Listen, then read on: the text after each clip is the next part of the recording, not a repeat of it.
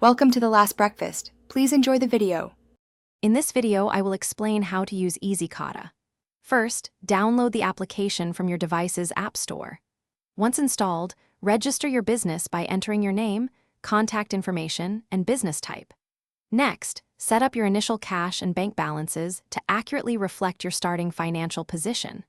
Finally, take a moment to explore the intuitive dashboard, which provides a quick overview of your daily transactions and overall business health. This initial setup takes only a few minutes. Now, let's dive into recording your daily transactions. To add a new sale, simply tap the Add Sale button and input the amount and customer details. For purchases, select Add Purchase and enter the relevant information about your expenses. Remember to specify the payment method, whether it's cash, a bank transfer, or credit.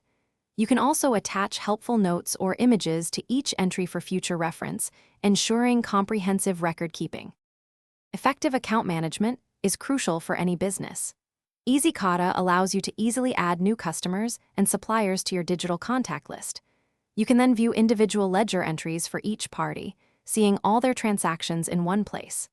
The application also enables you to send convenient payment reminders directly to your customers. This feature helps you track and manage all outstanding balances efficiently, improving your cash flow significantly. Finally, let's explore the powerful reporting and advanced features. Khata can generate comprehensive business reports for daily, weekly, or monthly periods, giving you valuable insights. Use the expense tracking feature to monitor your spending and improve budgeting. Ensure your data is always safe by utilizing the secure cloud backup option. Additionally, explore other useful tools like inventory management to streamline your operations even further. Thanks for watching. If this was helpful, leave a like and consider subscribing. See you next time.